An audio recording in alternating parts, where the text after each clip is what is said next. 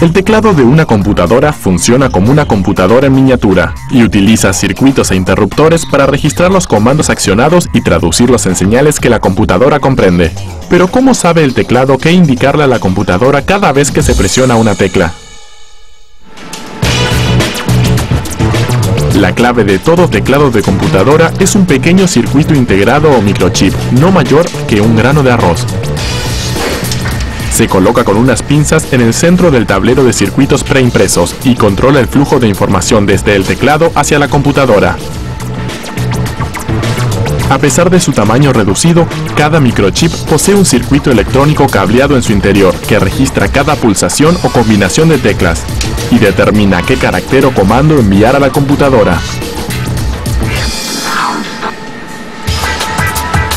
Una vez que los chips están en su lugar, los circuitos en su interior se deben conectar a los circuitos electrónicos más grandes de los tableros de circuitos. Para realizar la conexión, una máquina de adherencia une el microchip al tablero con un delgado cable de aluminio de solo 1 milímetro de espesor. Una computadora monitorea las conexiones en una imagen 10 veces más grande que el tamaño real del microchip. Las líneas negras marcan el recorrido de los cables y los cuadrados blancos son los puntos de conexión del chip. Cada chip posee 18 puntos de conexión diferentes que reciben señales de un grupo distinto de teclas desde el teclado. Una vez montados los chips en el tablero, un operario prueba las conexiones para asegurarse de que las señales de las teclas viajan a través del cable de aluminio hasta el microchip.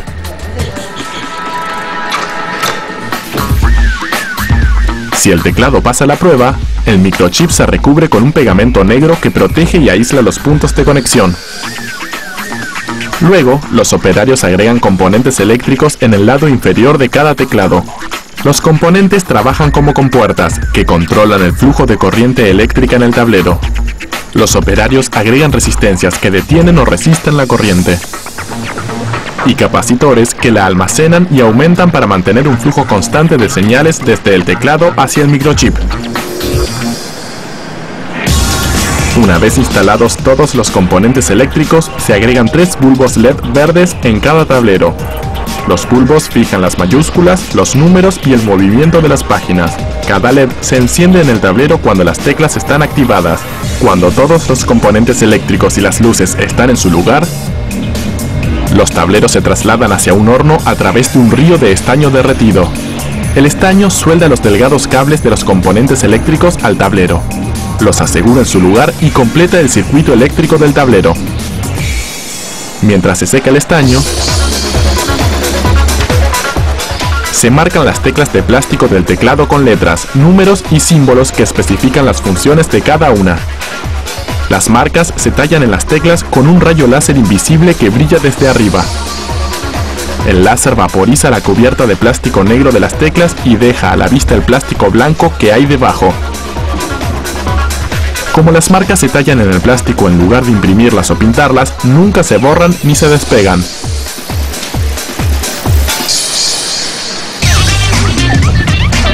Una vez marcadas las teclas, un operario las sacude sobre unas bases de caucho flexible, hasta lograr que quede una base en la parte trasera de cada tecla. Las bases le dan a las teclas el efecto rebote necesario para que vuelvan a su lugar luego de ser presionadas.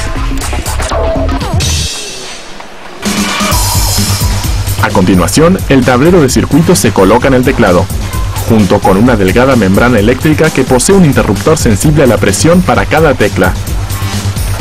Los interruptores se alinean debajo de las teclas. Cuando se presiona una de ellas, el interruptor dispara una señal electrónica única que viaja a través del circuito del tablero e ingresa en el pequeño procesador del mismo desde donde se lo envía a la computadora. Cuando la membrana está en su lugar, se coloca la cubierta de plástico y se cierra la parte trasera del teclado. Un operario verifica todas las teclas. Y finalmente el teclado está listo para conectarse a una computadora y transmitir todas las órdenes del usuario.